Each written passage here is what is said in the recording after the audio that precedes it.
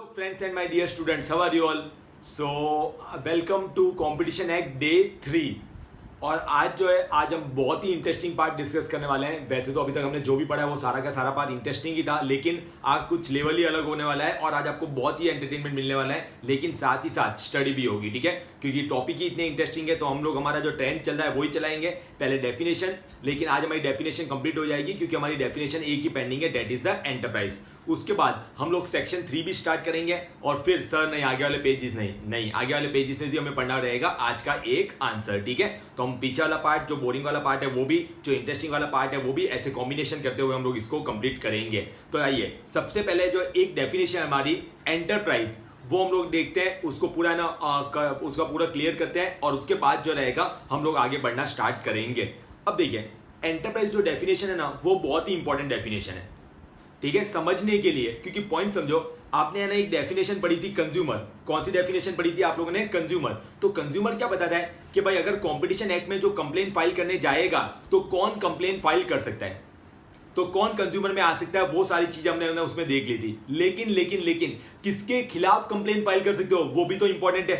तो ऑफकोर्स है जो एंटरप्राइज होगी उसके खिलाफ आप लोग कंप्लेन फाइल कर सकते हैं। ठीक है, तो एंटरप्राइज में कौन आता है और कौन नहीं आता है वहां पे है ना, ये हमें क्लियर करना बहुत ही जरूरी है। तो आइए पहले मैंने पूरी इसको एंटरप्राइज की डेफिनेशन को है वो हम लोग डिकोड करते हैं। तो देखिए सबसे पहले हम लोग है ना क्या करते हैं, नीचे जो है ना हमें डायग्राम से दिया हुआ है, डायग्राम से पहले इसका मतलब समझ लेते हैं और फिर ऊपर उसको रीड आउट कर लेंगे। ठीक है, देखो क्या लिखा है, एंटरप्राइज मीन्स ए पर्सन, मतलब कोई भी पर्सन हो।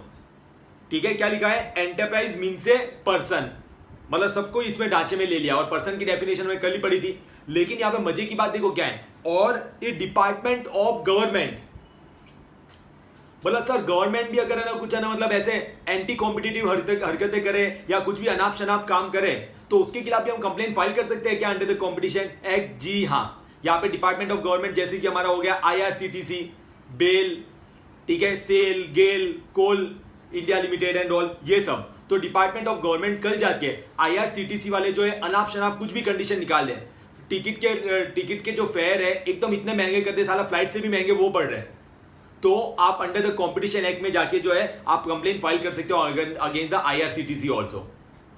ठीक है, कि IRCTC जिनका डोमिनेंस बोल सकते हैं, डोमिनेंस ही है ना रेलवे में, तो उसके अलावा कोई है ही नहीं। ठीक है, तो वो अपनी डोमिनेंस को अब्यूज कर रहा है, गलत फायदा उठा रहा है। सर थोड़ा समझाओ ना अब्यूज ऑफ डोमिनेंस क्या होता है, बहुत जल्द हमारे आने वाले हैं क्योंकि अब हमारे सेक्शन भी स्टार्ट होने वाले हैं, तो मोस्ट ऑफली नेक्स्ट लेक्चर में हम लोग अब्यूज ऑफ डोमिनेंस भी पहुंचेंगे।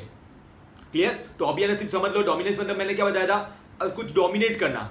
लेकिन डोमिनेंस होना कोई खराब बात नहीं है, लेकिन वो डोमिनेंस की वजह से मस्ती में आना, अब्यूज ऑफ डोमिनेंस करना, उसको खराब माना गया है। तो अगर IRCTC या कोई भी गवर्नमेंट का डिपार्टमेंट वो भी अगर कुछ भी गड़बड़ कर रहा है या ऐसी कोई भी एंटी कॉम्पिटिटिव हरकतें कर रहा है जिससे हमारे कंज्यूमर्स का नुकसान होने वाला है, ठीक है, या कंपटीशन को गलत तरीके से कम कर रहा है, तो उसके खिलाफ भी हम कंप्लेन फाइल कर सकते हैं under the competition act, because under the enterprise department of government is also included. ठीक है, department of government is also included, लेकिन कंडीशन अप्लाई, सर आ गए ना आप लोग कंडीशन अप्लाई में। ठीक है, कंडीशन अप्लाई कि वो लोग एंगेज होने चाहिए नॉन सॉवरेन एक्टिविटी में। एंगेज किसमें होना चाहिए? नॉन सॉवरेन एक्टिविटी में। अब सर ये नॉन सॉवरेन एक्टिविटी क्या होती है? अब मैं आपको ये नहीं समझाऊंगा नॉन सॉवरेन क्या होती है, मैं आपको समझाऊंगा सॉवरेन फंक्शंस क्या होते हैं। ठीक है, सॉवरेन फंक्शंस या सॉवरेन एक्टिविटीज कौन सी होती है? सॉवरेन एक्टिविटीज मतलब ऐसी एक्टिविटी जो सिर्फ और सिर्फ, ठीक है, गवर्नमेंट ही डिपार्टमेंट या गवर्नमेंट ही अंडरटेक कर सकता है, गवर्नमेंट या फिर department of government he undertake कर सकता है। ऐसे फंक्शन जो सिर्फ जो है गवर्नमेंट कर सकता है, मतलब गवर्नमेंट मतलब department of government and all, RBI and all, वो सब, तो वही है ना सॉवरेन फंक्शन है। जैसे कि एक सिंपल एग्जांपल लेते हैं, ठीक है, issue of currency notes by the RBI, issue of currency notes by the RBI। ठीक है, अब पॉइंट समझो, जैसे हमें पता है, हम बच्चों से पढ़ते आ रहे हैं, जब भी RBI पढ़ते जा रहे हैं, मनी एंड बैंकिंग चैप्टर पढ़ा होगा अपने इकोनॉमिक्स में, तो वहां से हमें पता है या फिर स्कूल लेवल से हमें पता है कि जो पैसे है ना प्रिंट छापने का जो है ना अधिकार है वो किसके पास है? सिर्फ और सिर्फ RBI के पास है। तो आपने कॉम्पिटिशन एक्ट में कंप्लेन फाइल कर दी against the RBI, department of government, कि भाई ये RBI वाले बोलते हैं हम ही नोट छापेंगे। हमने क्या गुनाह किया? हमें भी नोट छापनी है। एक काम करते हैं, हम भी नोट छापते हैं, RBI को भी बोलो नोट छापे, हम भी अपना फोटो लगाएंगे नोट पे। ठीक है, फिर देखते हैं किसकी नोट ज्यादा चलती है। ठीक है, आरबीआई तो बोलता है नहीं हम ही छाप सकते हैं और कोई नहीं छाप सकता, ये तो सरासर एंटी कॉम्पिटिटिव है। तो बताओ कंपटीशन एक्ट में ऐसे भी केसेस जाएंगे क्या? The answer is no. ठीक है, क्यों? क्योंकि वो सॉवरेन फंक्शन है गवर्नमेंट का, जो सिर्फ गवर्नमेंट विल डिसाइड, या गवर्नमेंट खुद ही करेगी वो काम। तो सॉवरेन फंक्शन को लेके आप लोग जो है वो है ना, आप वो एंटरप्राइज में काउंट नहीं की जाएगी और आप उसके खिलाफ जो है कंपटीशन कमीशन में जो है कंप्लेन लेके नहीं जा सकते। एक और एग्जांपल देखते हैं। ठीक है, डिफेंस के रिलेटेड मैटर है, जैसे है ना गवर्नमेंट है, आपने देखा होगा ना मिसाइल बनाने का काम किसको देना है किसको नहीं देना है, कौन क्या काम करेगा क्या प्रोसेस करेगा, ये सब गवर्नमेंट ने डिसाइड करते हैं। और गवर्नमेंट बोलते नहीं इसमें कंपटीशन नहीं चलेगा, इसमें हम बोलेंगे वही लोग वो काम करेंगे। आपने बोला ऐसे कैसे? हम भी रॉकेट उड़ाते हैं दिवाली पे, आ जाओ एकदम एकदम आमने सामने, तुम्हारी मिसाइल उड़ाओ हमारा रॉकेट उड़ाते हैं, कौन ज्यादा है ना इफेक्टिव है, कौन सा ज्यादा एफिशिएंट है, सस्ता और टिकाऊ है अपना रॉकेट, कितने दुश्मनों को मारता है, चल जाएगा क्या ऐसी सब चीजें? क्या आप गवर्नमेंट को है ना सीसीआई में लेके आओगे डिफेंस को लेके? The answer is no. CCI बोलती है ये सब सॉवरेन फंक्शंस है। ठीक है, तो ये सबको लेके जो है वो आप लोग है ना यहाँ पे है ना नहीं आ सकते हमारे सामने। तो इन शॉर्ट पॉइंट समझो क्या इंक्लूड होता है। एंटरप्राइज मीन्स ए पर्सन और ए डिपार्टमेंट ऑफ गवर्नमेंट, लेकिन वो गवर्नमेंट डिपार्टमेंट कौन सा काम करने होने चाहिए? नॉन सॉवरेन एक्टिविटीज, जो सॉवरेन फंक्शंस होते हैं, करेंसी इशू करना, डिफेंस के रिलेटेड एंड ऑल, वो सिर्फ और सिर्फ एक्सक्लूसिवली वो पावर है वो किसके पास है? गवर्नमेंट डिपार्टमेंट के पास है और गवर्नमेंट के पास है। उसके खिलाफ अगर वो कोई एंटी कॉम्पिटिटिव हरकतें हो भी रही है तो भी आप है ना उसके खिलाफ जो है कॉम्पिटिशन एक्ट में कंप्लेन फाइल नहीं कर सकते। कौन फाइल कर सकता है? जो कंज्यूमर होता है। किसके खिलाफ फाइल कर सकते हैं? जो एंटरप्राइज होती है। बात खत्म। ठीक है, लेकिन डेफिनेशन खत्म नहीं हुई है। देखिए अब point, enterprise means a person और a department of government, diagram से बता रहा हूं, engage in a non sovereign activity. ठीक है, और वो डिपार्टमेंट जो एंगेज हो रहा है किसमें? वही जो हमने आगे भी पढ़ा था कार्टेल में भी, प्रोडक्शन कंट्रोल ऑफ गुड्स और आर्टिकल्स, या फिर प्रोविजन ऑफ सर्विसेज, मतलब गुड्स और सर्विसेज। अब यहां पे देखो पॉइंट समझो, गुड्स वाले तो बहुत सारे होते हैं जो भी मैन्युफैक्चर हो रहे हैं, खाने पीने की चीजों के, मेडिसिन के, वो सब लोग इसमें आते ही है। ठीक है, प्रोविजन ऑफ सर्विसेज मतलब यहाँ पे जो एयरलाइंस वाले हो गए, इंश्योरेंस वाले हो गए, इन लोगों को भी नहीं छोड़ा गया है। तुम लोग भी सालों कोई भी ऐसी हरकतें की, ठीक है, जैसे मैंने सीमेंट वाला बताया ना, सीमेंट कार्टेल फॉर्म हो रहा है, वैसे एयरलाइंस पे भी है ना, मतलब बोलते हैं नजर गड़ाए हुए हैं वो लोग कि यार सालों तुम लोग का एयरलाइंस वाले अंदर से एक तो नहीं हो ना, सबकी रेट में एकदम है ना एकदम एक जैसा डिफरेंस होता है, 50 रुपए, 51 रुपए, 100 रुपए, इतना पास पास में वो आपकी रेट, तुम लोगों की रेट होती है। कहीं पे तुम लोग अगर मन से कर रहे हो तो बहुत अच्छी बात है, लेकिन अगर आपस में मिलके कर रहे हो और अगर हमारी नजर पड़ गई फिर देखो मां कसम तुम लोग की क्या हालत करते हैं। ठीक है, तो एयरलाइंस वाले पे भी केस हो सकते हैं क्योंकि वो सर्विसेज प्रोवाइड कर रहे हैं, इंश्योरेंस वालों पे भी हो सकते हैं। इन्वेस्टमेंट क्या बताया हुआ है, इन्वेस्टमेंट वगैरह जो है ना करवाते हैं वो सब लोग भी है ना जो है इसमें काउंट किए जाते हैं। ठीक है, and business of acquiring, holding, underwriting और dealing with share debenture, share debenture, Indiabulls, Sharekhan, ये सब लोग जो रहते हैं वो सारी एक्टिविटीज वो इसमें काउंट की जाती है। और वो तो ऑफकोर्स होना ही था क्योंकि हमने गुड्स की डेफिनेशन देखी थी, गुड्स की डेफिनेशन में भी था ना डिबेंचर, शेयर्स और स्टॉक, लेकिन आफ्टर अलॉटमेंट। तो वो जो सर्विसेज भी प्रोवाइड करते हैं, इंडिया बुल्स हो गए, फिर ये शेयर खान वगैरह हो गए, मोतीलाल ओसवाल एंड ऑल हो गए, ये सब पे भी आप लोग केस फाइल कर सकते हैं। अगर भाई ऐसे नहीं केस फाइल कर सकते हैं, उन्होंने अगर कोई एंटी कॉम्पिटिटिव हरकतें की होगी तो। क्लियर हुआ? तो हमें यहां से क्या पता चलता है कि हम किस किस के खिलाफ जो है वो केस फाइल कर सकते हैं। ठीक है, जो एंटरप्राइज होती है, और एंटरप्राइज किसे कहते हैं वो हमने समझ लिया। अब ये भले एग्जाम पॉइंट ऑफ व्यू से लिखने के लिए इंपॉर्टेंट नहीं हो, लेकिन लेकिन लेकिन आपके एग्जाम में केस बन के आ सकता है, तो आपको ध्यान में रखना पड़ेगा। देखो ऊपर मैंने ना दिया भी, एक टेबल दिया है, analysis whether government department to be treated as enterprise. ठीक है, चलो हाथ रख दो आंसर पे। Government department engage in carrying out sovereign function, sovereign function कर रहा है, not treated as enterprise. Government department carrying out non sovereign function, sir treated as enterprise. And government department engage in atomic energy, currency, defence and space, ये सबको क्या है? Sovereign function है, not treated as enterprise. मजा आ गया sir, आना ही चाहिए। ठीक है, एक बार में पूरी डेफिनेशन क्लियर, जबकि इतनी टेक्निकल डेफिनेशन है। अब हम लोग इसको ऊपर से भी पढ़ते हैं जो कंटेंट दिया हुआ है। देखिए, एंटरप्राइज मीन्स ए पर्सन और a department of government engage in production, control of goods और आर्टिकल्स और provision of services of any kind, already आ गया था, और इन्वेस्टमेंट या फिर बिजनेस है एक्वायरिंग, होल्डिंग, अंडरराइटिंग और डीलिंग विद शेयर, डिबेंचर और other securities, whether such unit और डिवीजन और subsidiary is located at the same place where the enterprise is located और एट डिफरेंट प्लेसेस। मतलब अगर आपकी ऑफिस भी है, भले सेम प्लेस पे हो, दूसरी प्लेस पे हो, सब्सिडरी हो, होल्डिंग हो, बाहर में जाओ, अगर तुम लोग ये काम कर रहे हो और कोई भी काम अगर एंटी कॉम्पिटिटिव हुआ तो तुम लोगों को एंटरप्राइज के दायरे में ले लिया जाएगा। बात खत्म, बात समाप्त। ठीक है। However, it does not include any activity of the central government relating to sovereign function of government, including all activities carried on by the government department dealing with atomic energy, currency, defense and space. हमारा already हो चुका है। And it may be noted that sovereign function of government are excluded from the definition of enterprise, but government department performing non-sovereign function जैसे कि IRCTC example लिख देना, for consideration are subject to jurisdiction of commission। ठीक है, clear एकदम, अच्छे से clear एकदम। ठीक है, तो यहाँ पे हमारे क्या होंगे 12 की 12 डेफिनेशन, 12 डेफिनेशन मैंने दी हुई है, 12 की 12 हमारी क्लियर होती है। देखिए एक बार देख जाते हैं हम लोग कौन सी डेफिनेशन की बात कर रहा हूँ। सबसे पहले हमारा था कंपटीशन। कंपटीशन क्या था हमारा, जो टर्म डिफाइन ही नहीं किया है। क्यों बोलते हैं, चलो तुम लोगों को अगर डिफाइन कर देते हैं तो तुम लोग इसको मतलब बोलते हैं ना, वो वर्ड्स पकड़ने लग जाते हो, इसलिए हम डिफाइन ही नहीं करेंगे, सर्कमस्टेंसेस को देखते हुए बोल देंगे कंपटीशन में आएगा या नहीं आएगा। कार्टेल सबसे important, association of producer, seller, distributor, trader, service provider who by agreement among themself. Agreement writing में ही हो वो जरूरी नहीं है। क्या करें, लिमिट, कंट्रोल और attempt to control the production, distribution, sale और प्राइस।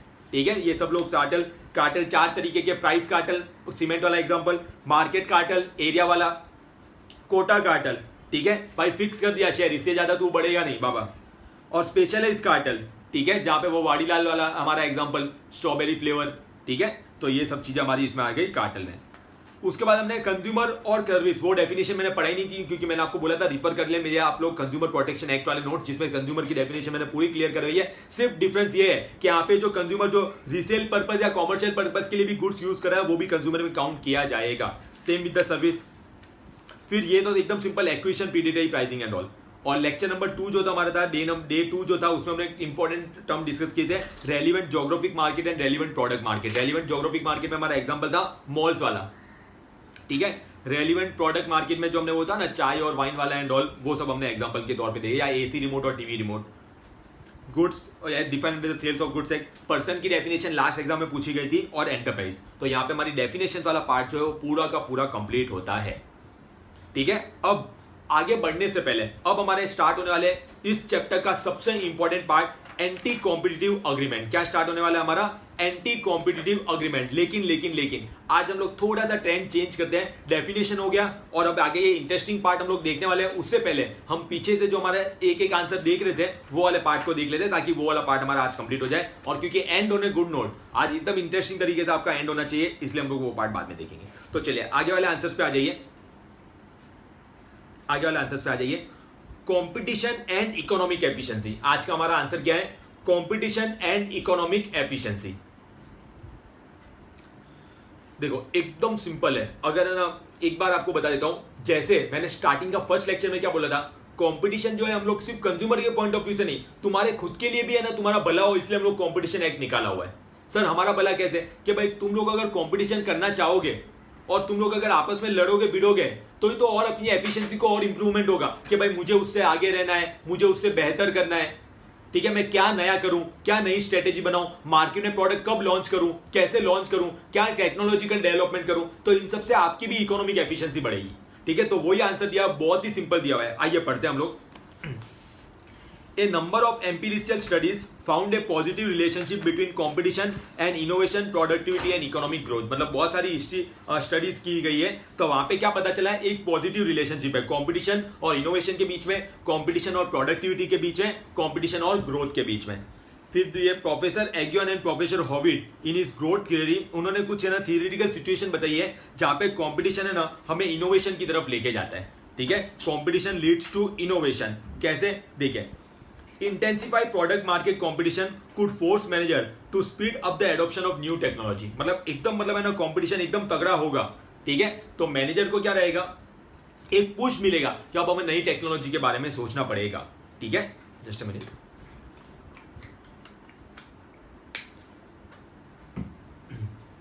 फिर next, intensive product market competition with incumbent firm, incumbent वाला कॉम्पिटिटिव फर्म्स होते हैं, engage in step by step innovative activity could enhance each firm incentive to acquire or increase its technological lead over its rivals। और सिर्फ आप technical development के बारे में नहीं सोचेंगे, आप अपने राइवल्स कॉम्पिटिटर्स के कंपैरिजन में एक कदम कैसे आगे रह सकते हैं उसके बारे में भी सोचेंगे, ठीक है।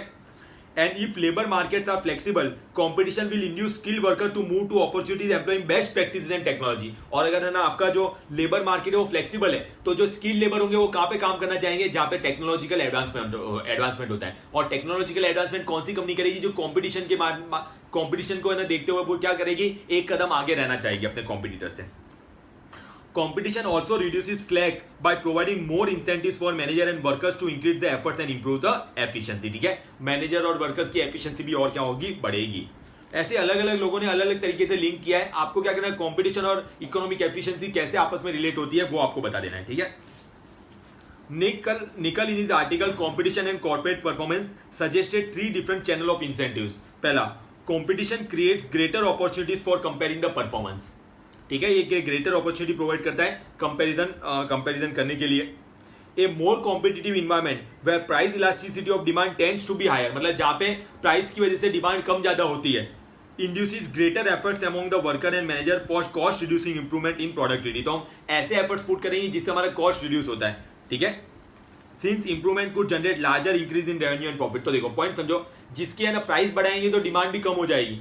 Price elasticity of demand, price की वजह से डिमांड अफेक्ट हो रही है, तो हम लोग क्या करेंगे, प्राइस नहीं बढ़ाएंगे बल्कि हमारे जो प्रोडक्ट है उसकी कॉस्ट कम करने की ट्राई करेंगे। और वो कब हो पाएगा, जब हम टेक्नोलॉजिकल डेवलपमेंट करेंगे, तब इनोवेशन करेंगे। तो अगेन नेक्स्ट पॉइंट तो same, force manager to improve the efficiency because more the intense the competition greater the chances for inefficient to be extinguished. तो जो इनएफिशिएंट होगा वो वैसे ही निकल जाएगा, ठीक है। वैसे अलग अलग स्टडी और अलग अलग प्रोफेसर ने उसको लिंक किया हुआ है, आप सिर्फ रीड आउट करके एक आंसर फ्रेम करके रख देना कि कंपटीशन और इकोनॉमी एफिशिएंसी के बारे में आंसर आए तो आप लोग उसको अच्छे से फ्रेम कर पाओ।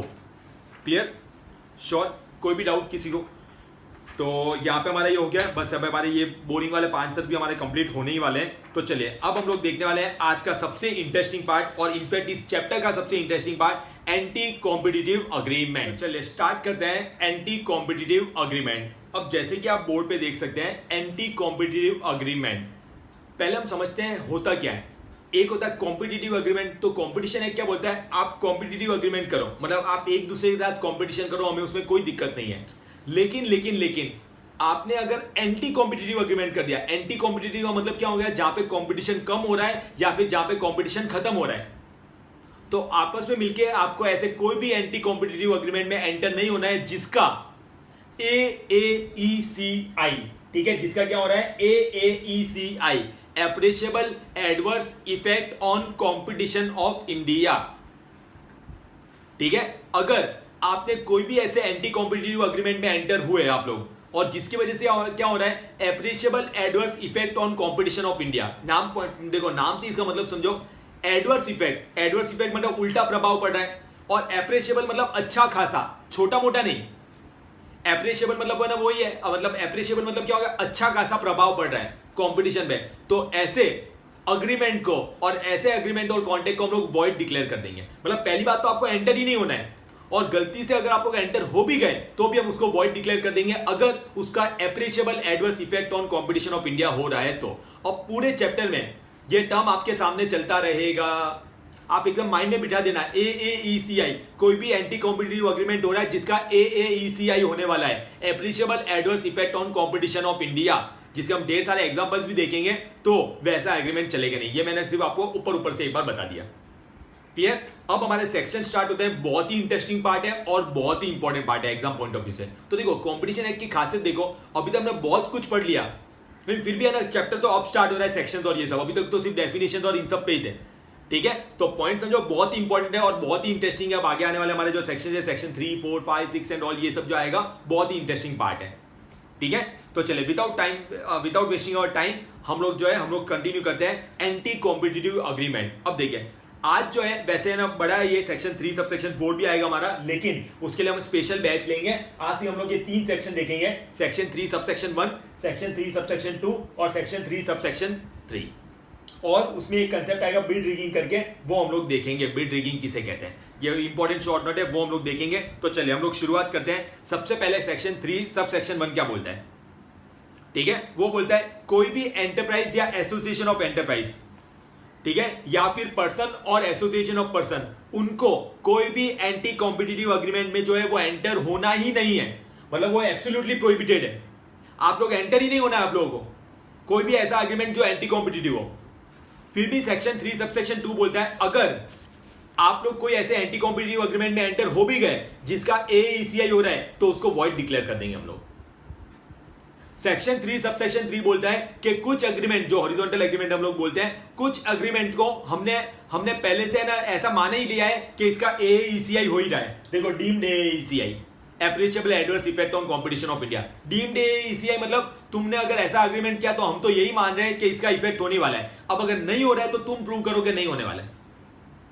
क्लियर? और एक बार थोड़ा सा बताता हूं, सेक्शन 3 सबसेक्शन 4 है वर्टिकल एग्रीमेंट, जहां पे जो कंप्लेंट फाइल करेगा उसको प्रूव करना पड़ेगा कि ऐसे एग्रीमेंट की वजह से AECI हो सकता है। और यहां पे क्या हो रहा है, हम उन पे चढ़ बैठ रहे हैं कि भाई AECI हो ही रहा है और अब नहीं हो रहा है तो तुम लोग प्रूव करो। एक होता है डीम्ड, मतलब हम तो मान रहे हैं हो रहा है, अब नहीं हो रहा है तो तुम लोग प्रूव करो।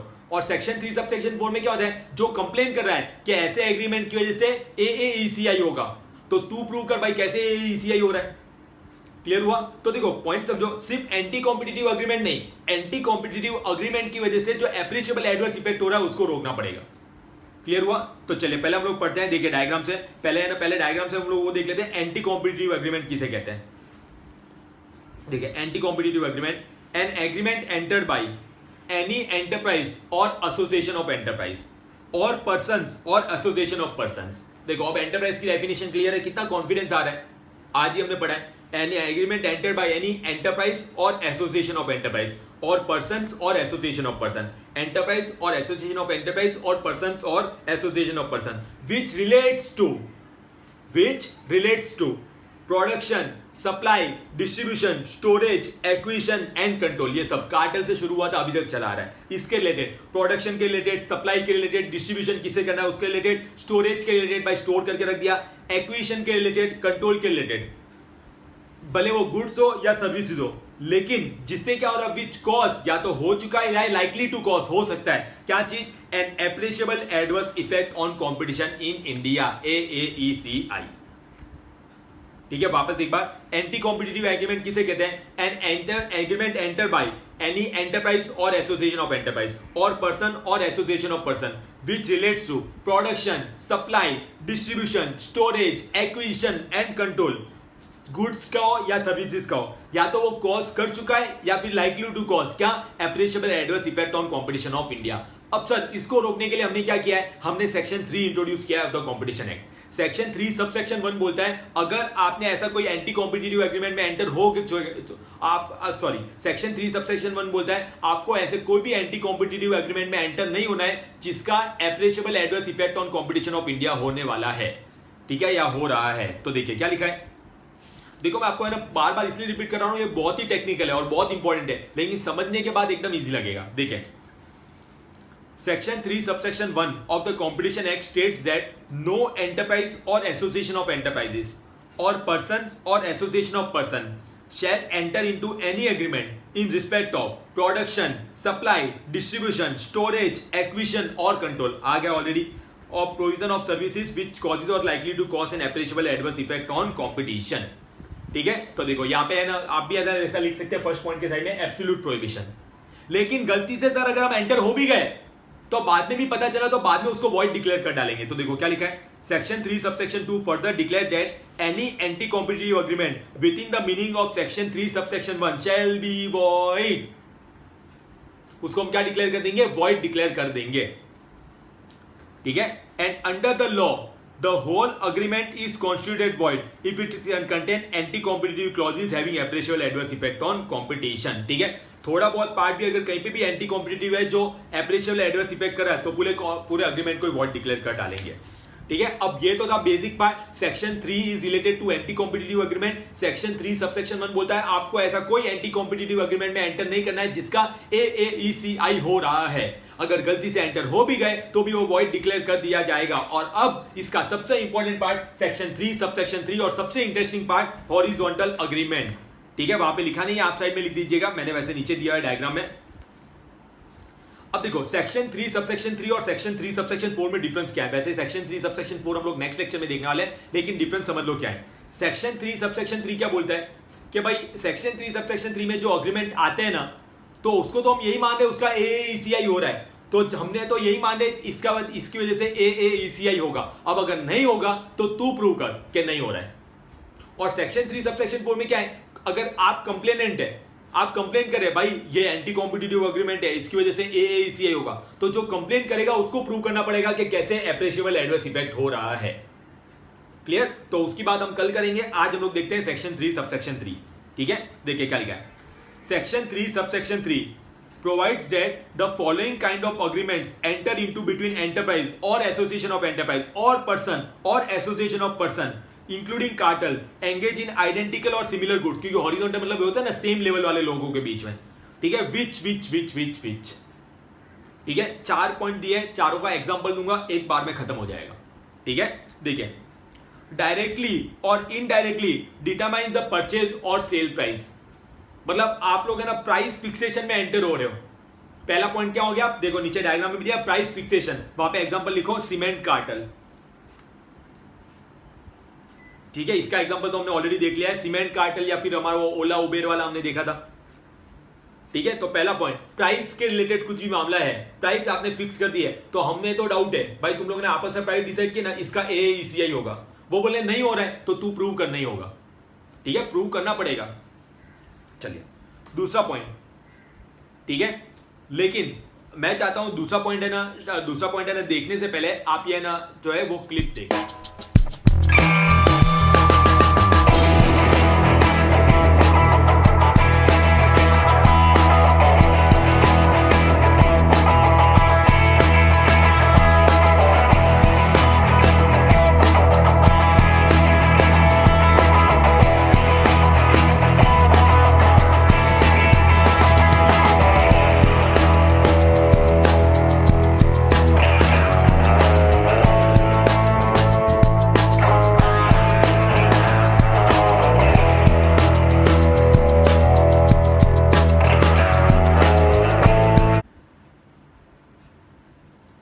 तो देखिए आपने क्या देखा कि ना वो वॉचेस की बात की है। ठीक है, एक आई वॉच और एक फिटबिट। ठीक है, फिटबिट की भी वॉचेस आती है। तो देखो पॉइंट समझो, अब है ना इसको एकदम सिंपल एग्जांपल से समझते हैं हम लोग, तो हमें और अच्छे से क्लियर होगा।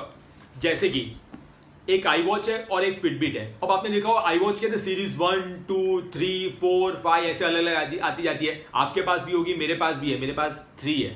ठीक है, तो ऐसे अलग अलग आती रहती है और बहुत जल्द मेरे तो पढ़ने में आया कि 2020 में जो है वो 6 भी लॉन्च होने वाली है। तो कितना मतलब है ना दोनों को है ना, पहले क्या आता था, फिर है ना वॉच टाइम देखने के लिए होती थी, फिर वो GPS सिस्टम आ गया, फिर फोटो भी आप उससे ले सकते हैं, पूरा चिट चैट उससे कर सकते हैं, आप कितना चल रहे हैं, वॉकिंग कर रहे हैं तो वो भी उसमें रिकॉर्ड आता है, आपकी मेंटल कंडीशन क्या चल रही है वो भी उसमें बता देता है। ठीक है, आपको कब बैठना चाहिए, कब एक्सरसाइज करनी है, वो आपका पता लगा रहा है वॉच से। बोलो इतना कमाल।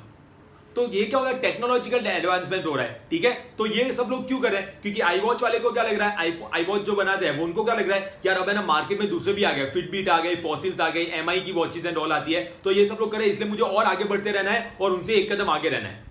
On the other and Fitbit वाले, MI वाले, फॉसिल वाले, ये लोग भी है ना सब क्या कर रहे हैं, भाई हमें आगे है ना आई वॉच जो है उसको कंपटीशन देने के लिए हम लोग है ना, हम लोग भी ये सब इंट्रोड्यूस करेंगे और एकदम सस्ते रेट में देंगे। अब सपोज ये दोनों कंपटीशन के चक्कर में एक दूसरे को कंपटीशन कर रहे हैं और है ना टेक्नोलॉजिकल है ना डेवलपमेंट लेके आ रहे हैं, लेकिन सपोज अगर ये दोनों आपस में एक हो जाए और बोले यार क्या मतलब अपने दोनों एक दूसरे यार लड़ रहे हैं, मजे है ना कंज्यूमर उठा रहे हैं, तो एक काम करते हैं, अब मेरा आई वॉच जो है 5 आया हुआ है, तेरा भी है ना सपोज फिटबिट जो है, जो भी फिटबिट का वर्जन है मुझे नहीं पता है उसका कौन सा है, सपोज उसका भी 4 आया हुआ है, तो क्या बोलेंगे भाई तू 4 के आगे कुछ नहीं निकालेगा, वही बोले आई वॉच वाले तू 5 के आगे कुछ मत निकालना, अब जो है वो यही है। तो कम से कम हमारा वो रिसर्च एंड डेवलपमेंट पे अच्छा खासा पैसा लग जाता, वो तो बच जाएगा। और हम कर ही क्यों रहे थे, कंपटीशन के चक्कर में। तो एक काम करते हैं, हम आपस में एक एग्रीमेंट में एंटर हो जाते हैं, तू भी आगे कुछ मत निकालना, मैं भी आगे कुछ नहीं निकालूंगा। तो अल्टीमेटली नुकसान किसका होगा? ठीक है, हम जैसे कंज्यूमर्स का। हमें नई नई टेक्नोलॉजी नहीं मिलेगी, और वो सस्ते रेट में। और क्यों मिल रही थी? क्योंकि वो दोनों आपस में भिड़ रहे थे। तो सपोज अगर ऐसे कोई टेक्निकल डेवलपमेंट को लेके कोई है ना आपस में एंटर हो जाए, एक ही है ना कॉन्टेक्ट में एंटर हो जाए, एग्रीमेंट में एंटर हो जाए, और जिसका एप्रिशिएबल एडवर्स इफेक्ट हो रहा है नहीं हो रहा है, हो रहा है, तो आपको ऐसा करने ही नहीं देंगे। सेक्शन 3 उसको रोकता है। देखो अब उसको पढ़ते हैं हम लोग। एग्जांपल मैंने इसलिए वो क्लिप दिखाता हूं, आपके माइंड में सेट हो जाता है। देखो क्या लिखा हुआ है, लिमिट्स और control production, supply, market, technical development, investment और प्रोविजन ऑफ सर्विसेज। ठीक है, देखो क्या है उसमें, टेक्निकल डेवलपमेंट का मैंने आपको एग्जांपल दिया। बाकी तो एकदम सिंपल है, प्रोडक्शन को रोक देना आपस में मिलके, कार्टेल जैसा हो गया। लेकिन टेक्निकल डेवलपमेंट में सर क्यों इसने रोका हुआ है, तो उसकी वजह से मैंने आपको ये एग्जांपल दिया। वहां पे लिख भी देना I watch and Fitbit, watches आती है, स्मार्ट वॉच। ठीक है, अब नेक्स्ट वाला जो पॉइंट है, सी वाला पॉइंट है, उसको देखने से पहले, ठीक है, उसको पढ़ने से पहले एक और क्लिप देखिए।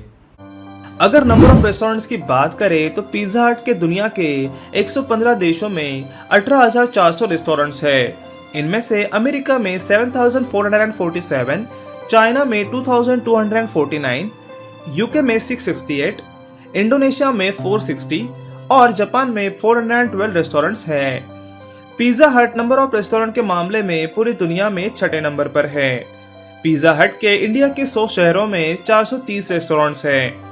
वही डोमिनोज पिज्जा के कुल मिला के पूरी दुनिया के 85 देशों में 16,300 रेस्टोरेंट्स है, जो कि नंबर ऑफ रेस्टोरेंट्स के मामले में पूरी दुनिया में 7वें नंबर पर है। आपको बता दें डोमिनोज पिज्जा के अमेरिका में सबसे ज्यादा 5,879 रेस्टोरेंट्स हैं। उसके बाद यूनाइटेड किंगडम में 1100, मैक्सिको में 760, ऑस्ट्रेलिया में 693 और टर्की में 535 रेस्टोरेंट्स अवेलेबल हैं। डोमिनोज पिज्जा के इंडिया के 264 शहरों में 1,232 रेस्टोरेंट्स हैं।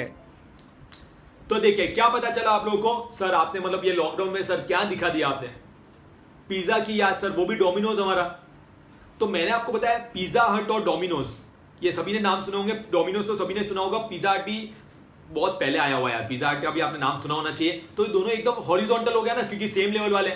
अब आपने देखा होगा साला जहां पे पिज्जा हट होता है, बहुत सारी जगह एक एरिया में पिज्जा हट है, उसके 2 शॉप छोड़ के एकदम बाजू वाली शॉप ही डोमिनोज। एक साइड है ना रोड के पिज्जा हट है, सामने डोमिनोज। इतना तगड़ा कंपटीशन, ठीक है, इतना तगड़ा कंपटीशन। और ये सिर्फ इंडिया में ही, ऑल ओवर द वर्ल्ड में आपने देखा ना कितनी उनकी रेस्टोरेंट्स और ब्रांचेस है। तो सपोज अगर ये लोग है ना आपस में आ जाए, ठीक है, और ये लोग है ना आपस में एक हो जाए और मार्केट को शेयर कर ले, तो इंडिया के 15 स्टेट में तू रहना, 15 स्टेट में मैं रहूंगा, जिसमें मैं हूं उसमें तू मत रहना। इससे ना वो एडवर्टाइजमेंट, प्रमोशन, ये सब का हमारा खर्चा तो बच जाएगा, और एक दूसरे के साथ क्या कॉम्पीट करना, सेम प्रोडक्ट बांट रहे हैं। तू भी चीज बर्स्ट पिज्जा खिला रहा है, मैं भी खिला रहा हूं। क्लियर हुआ? तो ये सारी चीजें क्या करती है, आपने पहले से मार्केट में शेयर कर लिया। और कॉम्पिटिशन एक्ट तो क्या चाहता है, तुम दोनों आजू बाजू में रहो, ठीक है। श्योर, वो वोडाफोन में ऐड आती है ना, Wherever you go our network follows, वैसे तुम लोग का रिश्ता हो, कि तुम लोग के ऐसे रिश्तों की वजह से फायदा किसका होगा, हमारे कस्टमर लोगों का होगा, हमारे कंज्यूमर्स का होगा। उनको और वैरायटीज मिलेगी, उनको और सस्ते रेट में मिलेगा। होता है ना वेडनेसडे सबसे सस्ता डोमिनोज, मैं इतना खाता नहीं, मुझे आइडिया नहीं, एक डे होता है सबसे सस्ता मिलता है वो, तो पिज्जा हट भी लाएगा कुछ ना कुछ। तो तुम लोग तो आपस में कॉम्पीट करो, लेकिन अगर तुम लोग ना आपस में एक होकर मार्केट को शेयर कर लिया, नहीं भाई ऐसी मस्ती नहीं चली। क्लियर हुआ? श्योर। और लास्ट पॉइंट दिया मैं, डायरेक्टली और indirectly results in bid ranking, जिसका तो मैं अलग से पूरा शॉर्ट नोट लेने वाला हूं, आपकी नोट्स में भी दिया हुआ है। तो हम ऐसा मानेंगे, shall be presume to have an appreciable adverse effect on the competition. और अगर सेक्शन 3 सबसेक्शन 3 इन चारों में से कहीं पे आ रहे हो, तो आपको प्रूव करना पड़ेगा जिसपे इल्जाम लगाया गया है कि ये AAECI नहीं हो रहा है। देखो क्या लिखा है, and onus to prove otherwise lies on the defendant. ठीक है, मतलब जिस इल्जाम लगाया गया वो प्रूव करेगा कि AAECI नहीं हो रहा है। ठीक है, जब सेक्शन 3 सबसेक्शन 4 पढ़ेंगे फिर वापस दोनों को कंपेयर करेंगे। तो ये हो जाए हॉरिजॉन्टल एग्रीमेंट। हॉरिजॉन्टल एग्रीमेंट मतलब सेम लेवल वाला एग्रीमेंट, ठीक है, सेम लेवल वाला एग्रीमेंट, जिसमें कौन से 4 टाइप आते हैं, एक प्राइस फिक्सेशन, दूसरा टेक्निकल डेवलपमेंट वाला, वही output production control, market sharing वाला पिज्जा हट और डोमिनोज, और बिड रिगिंग वाला। क्लियर? शॉर्ट। अब देखिए सेक्शन 3 सबसेक्शन 4 इसका भी बाप है, सेक्शन 3 सबसेक्शन 3 का। मतलब सर डिफिकल्ट है क्या? नहीं रे, बहुत ईजी और बहुत इंटरेस्टिंग है। उसके लिए हम स्पेशल बैच लेंगे नेक्स्ट लेक्चर। अभी जो है पेज पलटाइए, हमें एक शॉर्ट नोट दिए बिड रिगिंग। अब ये इतना इंपॉर्टेंट पार्ट है कि इस पे अलग से शॉर्ट नोट आती है, बीट रिगिंग पे जो है वो अलग से शॉर्ट नोट आती है, ठीक है। अब देखिए आपने बिडिंग देखी होगी, मूवीज में वगैरह आती है, ऑक्शन वगैरह करते हैं ना, बिडिंग वगैरह करते हैं, आईपीएल में ऑक्शन वगैरह होते हैं। तो देखो बीट करना कोई खराब बात नहीं है, लेकिन आपको बीट रिगिंग मतलब सिंपल टर्म में बोलूं ना तो बीट को पहले से फिक्स करके रख देना, ठीक है। बीट को पहले से फिक्स करके रख देना। जैसे कि आप है ना नवरात्रि में, जैसे है ना नवरात्रि खेलने के लिए जाते हैं तो बड़े बड़े ऑर्गेनाइजर्स होते हैं। तो जैसे है ना मैं सूरत से बिलोंग करता हूं, तो सूरत में एक है ना इंडोर स्टेडियम है, इंडोर स्टेडियम है, वहां पे ना नवरात्रि उसकी बहुत अच्छी होती है, ठीक है। नवरात्रि वहां की बहुत अच्छी होती है। तो वहां पे क्या होता है, वहां पे जो ऑर्गेनाइजर जिसको ऑर्गेनाइज करना होता है पर्टिकुलर ईयर की नवरात्रि, तो उनको है ना सपोज है ना बीट करने के लिए बोला गया है कि तुम में से जो ज्यादा पैसा बीट करेगा उसको मैं इस साल के लिए ऑर्गेनाइज करने के लिए दूंगा, ऐसा इंडोर स्टेडियम के ओनर ने बोला। तो क्या कर दिया, 5 लोग बीडर्स थे, 5 बीडर्स थे, उन्होंने क्या कर दिया, हम बीट करेंगे, हम क्या करेंगे, बीट करेंगे। लेकिन बिडिंग से पहले वो पांचों एक साथ बैठ गए।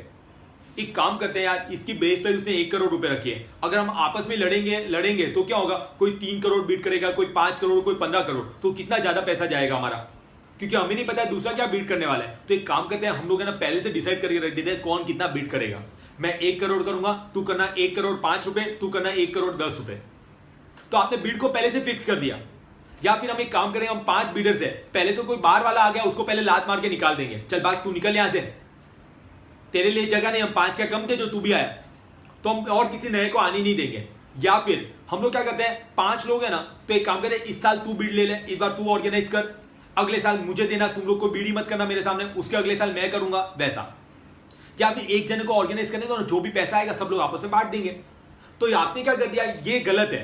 देखो ये आप बीडिंग फिक्स करो पहले से, दिस इज रॉन्ग। आप कॉम्पीट करो ना मार्केट में आके, खुलेआम कॉम्पिटिशन करो। आप पहले से फिक्स करके रख दोगे ना, that is known as bid rigging. वहां पे एग्जांपल लिख देना, इंडोर स्टेडियम नवरात्रि, ठीक है। अब हम पढ़ते हैं, देखिए bid rigging means any agreement between enterprise और पर्सन एंगेज इन आइडेंटिकल और सिमिलर प्रोडक्शन और ट्रेडिंग ऑफ गुड्स और प्रोविजन ऑफ सर्विसेज। देखो क्या लिखा है, bid rigging means any agreement between enterprise और पर्सन एंगेज इन आइडेंटिकल और सिमिलर प्रोडक्शन और ट्रेडिंग ऑफ गुड्स, क्योंकि हॉरिजॉन्टल में आता है, which has the effect of eliminating और रिड्यूसिंग द कंपटीशन। इसका क्या इफेक्ट हो रहा है, या तो वो कंपटीशन को एलिमिनेट कर रहा है, रिड्यूस कर रहा है फॉर बिड्स, और एडवर्सली अफेक्टिंग और manipulating the process for bidding. Clear. And bid rigging takes place when bidders collude, मतलब आपस में कॉल्यूड करते हैं, and keep the bid amount at a predetermined level, मतलब पहले से फाइनलाइज कर देते हैं लोग price. And such predetermination is by way of intentional manipulation by the member of the bidding group. Bidder could be actual और potential, actual में भी बीडर्स हो सकते हैं, पोटेंशियल में मतलब जो ऐसे नाम के भी हो सकते हैं, बट दे कॉल्यूड। लेकिन मेन बात ये है, पते की बात ये है कि सब लोग अंदर से एक ही है। फिर उसके कुछ एग्जांपल दे दिए हुए हैं जो मैंने आपको बताया कि भाई ना किस तरीके से बिड रिगिंग हो सकती है। Agreement to submit identical bid, उसने 1 करोड़ बेस प्राइस रखी है ना, सब लोग 1 करोड़ ही लिख दो, देखते हैं फिर वो क्या करता है। या फिर वॉल्यूंटरी इन्फ्लेटेड बिड, मतलब कौन लोअर बिड करेगा, कौन उससे आया, ताकि सामने वाले को भी शक ना जाए। Agreement not to bid against each other, अगर ओपन बीड है, खुला हम होता है ना क्लोज बीडिंग जिसमें आपको लिख के देनी होती है, और एक होता है ओपन बीड, ठीक है। तो है ना एक काम करना, मैं बीडिंग करता हूं, मेरे सामने तुम लोग कुछ बोलना ही मत। या फिर हम एक फॉर्मूला डिटरमाइन कर देंगे जिससे प्राइस कैलकुलेट करने में आसानी रहे, कोई बाहर वाला आया तो उसको पहले निकाल देंगे। और agreement designating bid variant in advance on rotational basis, इस साल मेरा अगले साल तेरा, ठीक है। तो ऐसा आप लोग करेंगे तो इसको हम बोलते हैं बिड रिगिंग। इतना इंपॉर्टेंट टर्म है, अलग से एग्जाम में शॉर्ट नोट पूछते हैं इस पॉइंट पे, और बहुत बार पूछी हुई है। क्लियर। तो देखो हमने इस चैप्टर में क्या कर दिया है, स्टार्टिंग वाला पार्ट जो हमारा है वो तो चल ही रहा है, डेली का एक आंसर वो हमने ऑलरेडी आज का भी देख लिया है। फिर डेफिनेशंस कंप्लीट, 12 की 12 डेफिनेशन हमने अच्छे से कंप्लीट कर दी। प्रोविजंस हमने शुरू कर दिए, और ये बहुत ही इंपॉर्टेंट है, एग्जाम में है जो है, इसमें से क्वेश्चन आता ही आता है। तो हमने सेक्शन 3 हमने स्टार्ट किया एंटी कॉम्पिटिटिव एग्रीमेंट, लेकिन उसका एक मेन सबसेक्शन बाकी हमारा सेक्शन 3 सबसेक्शन 4, ठीक है। नेक्स्ट लेक्चर में जो रहेगा हम वो तो कंप्लीट करेंगे सेक्शन 3 सबसेक्शन 4। उसके अलावा हम लोग एक और हेडिंग देखेंगे, अब्यूज ऑफ डोमिनेंट पोजीशन, ठीक है। अब्यूज ऑफ डोमिनेंट पोजीशन वो हम लोग पार्ट देखेंगे। फिर हमारा इतना टेक्निकल पार्ट इस चैप्टर में नहीं रहेगा, ठीक है। तो ट्राई वही करिए, जितना आप लोगों का होता जा रहा है मैं करवाता जा रहा हूं, उतना साथ साथ में कंप्लीट करिए, क्योंकि हमारा पता ही है हमें वेटेज 1 चैप्टर और 25 मार्क्स, तो कैसे मिस कर सकते हैं बोलिए। Clear, sure. और कोई भी डाउट है तो आप कमेंट सेक्शन में लिख सकते हैं, मुझे व्हाट्सएप कर सकते हैं, ताकि मैं उसको आगे आने वाले लेक्चर्स में और भी अच्छे से कवर अप कर लूंगा। Thank you so much all of you for watching this video.